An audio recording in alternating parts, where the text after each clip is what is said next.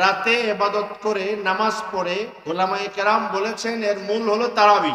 তারাবি পড়ে আল্লাহ তার অতীতের সব গুনাহ মাফ করে দেন। রমজান মাসে রাতের ইবাদত করে, এর মানে নামাজ, আর এর মূল হলো কি? তারাবি। মূল হলো কি? ইমাম নববী রাহমাতুল্লাহি আলাইহি পুরো ইমাম ছিলেন, উনি বলেছেন এই হাদিসে তারাবির কথা বলা হয়েছে যে তারাবি নামাজ পড়ে গফিরা লাহু মা তাকাদ্দামা মিন যামবি, তার অতীতের সব গুনাহ আল্লাহ কি করে দেবেন? মাফ করে। তিরমিজি শরীফে আছে রাসূলুল্লাহ সাল্লাল্লাহু আলাইহি সাল্লাম 3 দিন তারাবি নামাজ জামাতে পড়েছেন সাহাবীদেরকে নিয়ে। একদিন তারাবি নামাজ শেষ হওয়ার পরে এক সাহাবী বলতেছেন, লাউ নাফালতানা বাকিয়াতা লাইলাতিনা, ইয়া রাসূলুল্লাহ আপনি বাকি রাতটাও নাফালতা, আমাদেরকে নিয়ে বাকি রাতটাও নামাজ পড়ে শেষ করে দেন।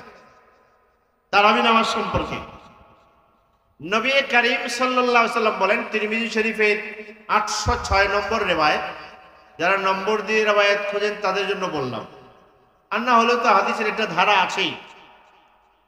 তো রাসূলুল্লাহ সাল্লাল্লাহু আলাইহি সাল্লাম বলেন, আরে তারাবি নামাজ সম্পর্কে নবীজি বলছেন, খেয়াল করে শুনেন, ইন্নাহু মান কামা মাল ইমাম হাত্তা ইয়ানসারিফা, এই নামাজ যে তারাবি, এই নামাজ যে ইমামের সাথে পড়ে এবং শেষ পর্যন্ত ইমামের সাথে থাকে, না পালায়, শেষ পর্যন্ত ইমামের সাথে থাকে, কুতিবা লাহু কিয়ামু লাইলাতিন, সে এই যত রাত যতটুকুই পড়লো এর উসিলায় আল্লাহ তার সারা রাত ইবাদতের সওয়াব দেন। দুইটা হাদিস শোনালাম। বুখারী শরীফের এক রিওয়ায়াত নবী করিম সাল্লাল্লাহু আলাইহি সাল্লাম বলেছেন, কি বলেছেন? যে তারা রমজান মাসের রাতে নামাজ পড়ে ইবাদত করে আল্লাহ অতীতের সব গুনাহ আল্লাহ কি করে দেবেন? মাফ করে দেবেন।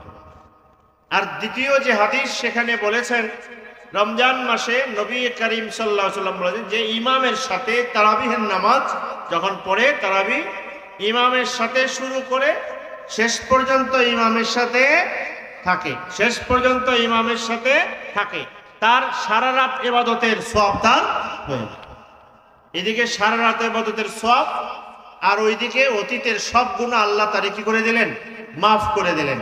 সুতরাং রমজানে দিনের বেলা রোজা রাখলো সারাদিন, সে আল্লাহর নৈকট্য অর্জনের কাজ করলো, আর রাতের বেলা তারাবি ইমামের সাথে সবটুকু পড়ার ফলে সারা রাত ইবাদতের সওয়াব পাইলো।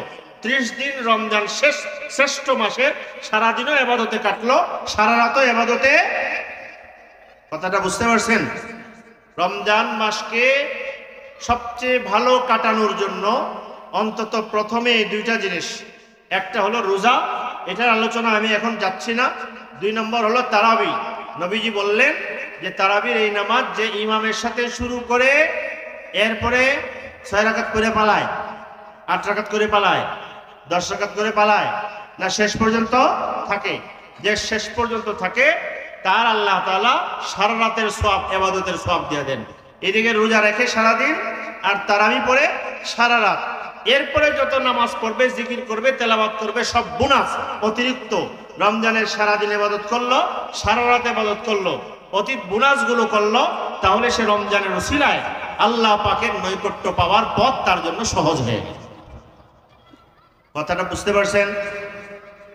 এখন প্রশ্ন হলো, রমজান মাসের রাতে যে ইবাদত করবে, নামাজ পড়বে, এটা কি তার মন গড়া ইচ্ছা মতো পড়বে, না নবী করিম সাল্লাল্লাহু আলাইহি ওয়াসাল্লাম শিখাইয়ে দেওয়া তরিকা মতো পড়বে? ঠিক না? আমি কয়েকটা কথা সংক্ষেপে আবার একবার বলবো মনে রাখার জন্য, পরে আরেকটু বিস্তারিত করে বলবো। আমরা জানি এবং এটা সুপ্রতিষ্ঠিত, সব ধরনের দলিল দ্বারা প্রমাণিত, রাসূলুল্লাহ সাল্লাল্লাহু আলাইহি সাল্লামের শিক্ষা থেকে সাহাবায়ে কেরাম যেভাবে তারাবি নামাজ পড়া শিখেছিলেন, ওই তারাবি নামাজের রাকাত সংখ্যা ছিল 19, 21 না কত? 20। কত ছিল? 20। এই রাসূলুল্লাহ সাল্লাল্লাহু আলাইহি সাল্লামের এই শিক্ষা থেকে, সাহাবীদের থেকে নেওয়া 20 রাকাত তারাবি প্রায় 1300 বছর পর্যন্ত, আরো বেশি, 1300-1350 বছর পর্যন্ত পৃথিবীর কোনো আলেম, যোগ্য উপযুক্ত কোনো আলেম না এর বিরোধিতা, প্রতিবাদ এবং এটাকে ভুল আখ্যায়িত করেননি, উল্লেখযোগ্য কেউ করেননি। একদম শুরু থেকে শুরু হয়েছে, একদম 1350 বছর ধরে আনুমানিক চলছে। এই 1350 বছর যাওয়ার পর জায়গায় জায়গা থেকে একটু একটু করে বুদ্ধিজীবী তৈরি হওয়া শুরু হয়েছে। আর এই নামাজের উপরে বিভিন্ন রকমের আপত্তি, কেউ বলছে 20 রাকাত পড়া ভুল না, সুন্নাহ বিরোধী, 8 রাকাত পড়া সুন্নত, এই ধরনের কথা শুরু হয়েছে। আর 1400 বছর পরে এটা গিয়া ব্যাপকভাবে ছড়াইয়া পড়ছে।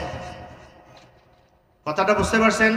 দুইটা কথা বলছি, একটা হলো নবী করিম সাল্লাল্লাহু আলাইহি সাল্লামের জমানার থেকে এবং এরপর থেকে 1350 বছর পর্যন্ত তারাবি নামাজ কত রাকাত ছিল? 20 রাকাত। 20 রাকাতের রুকু কয়টা? 20টা। কয়টা? সিজদা কয়টা? 40টা। 40 সিজদা 20 রুকুর না 20 রাকাত নামাজ। 1300 বছর পরে এটা নিয়ে কথা আপত্তি শুরু হয়েছে।